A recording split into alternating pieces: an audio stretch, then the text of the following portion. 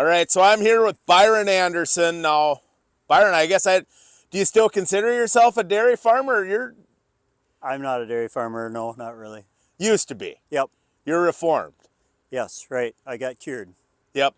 I don't know, does it ever really go away? You still got to carry that stigma with you, I Well, suppose. maybe so. Okay, all right. Um, so we got your Allis 8050 here. Is this your favorite Allis? I would say so, probably. Yep. Okay.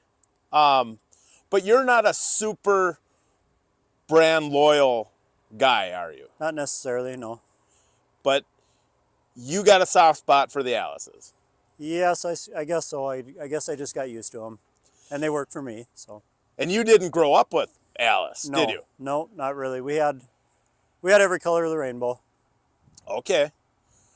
But there was something about the Allis. What got you into the first Allis? I was looking for at that time what we considered a bigger tractor, and starting out farming and didn't have a lot of money, and I was able to buy an Allis pretty reasonable, and it worked out good for me, so I stayed with it, I guess. Okay. Yeah.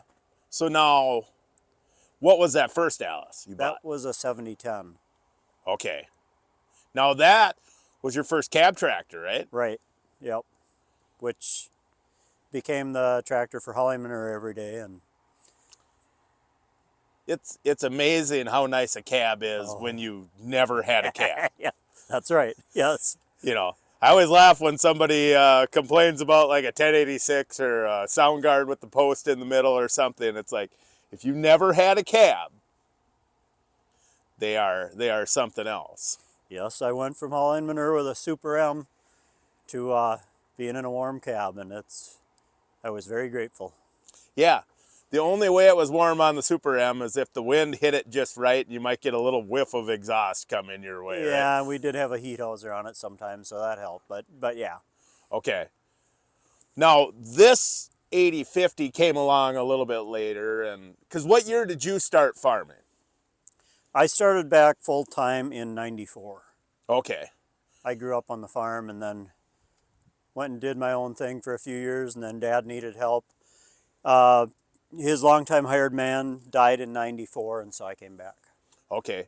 And then the 7010 came pretty soon after that? Yeah, within a year or two of coming back, and then this came in about probably 3 years after the 7010.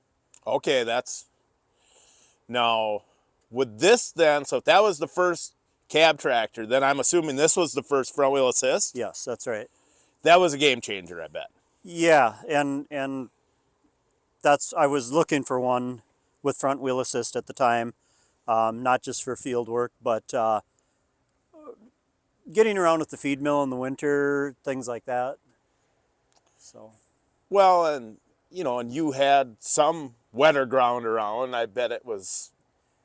Yeah, yep. We try to stay off the fields when they're too wet, but yeah, nonetheless, I guess getting in and out of a driveway in the spring, or in and out of a barnyard with the feed mill, things like that. Yep. And now, so an 8050. Now, did this have dual PTO? Yes. That's pretty important on a dairy farm. Right. Absolutely. The 8070s did not. 8050s did.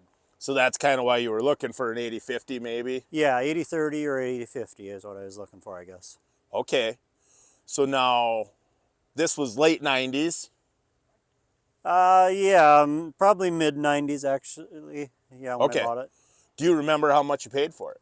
15,000. And at that time, now that sounds cheap today. Yes. But at that time, a 4440 John Deere was probably 18 to 20, right? Yeah. Yep. I mean, everything has gone up. Right. Yep. Yeah, it was probably a decent deal at the time, but not a giveaway. No. Now this one's a power shift. Yes. Not a power director. Correct. Now, have you had both? Not in an 8000 series. I do have several power director in the 7000 series. You prefer the power shift? Oh yeah. Okay. Now, when you were shopping for this, were you specifically looking for an 8000 front wheel assist, or would you have taken if you would have ran across a white or a Magnum or. I did in fact look at a white or two, and yeah, I would have considered a Magnum. I I saw two of these on auctions. There was an 8030 and an 8050 going the same day. The same auctions were the same day, and I kind of did my research. I went and test drove them both, and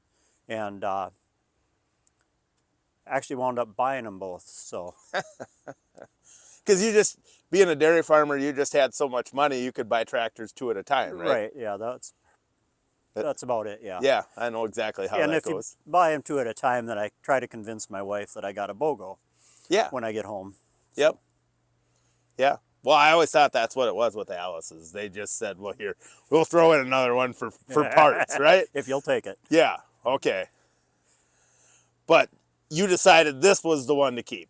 Yeah, yeah, yeah. A little less hours, and yeah, decided to keep this one. The other one went down the road.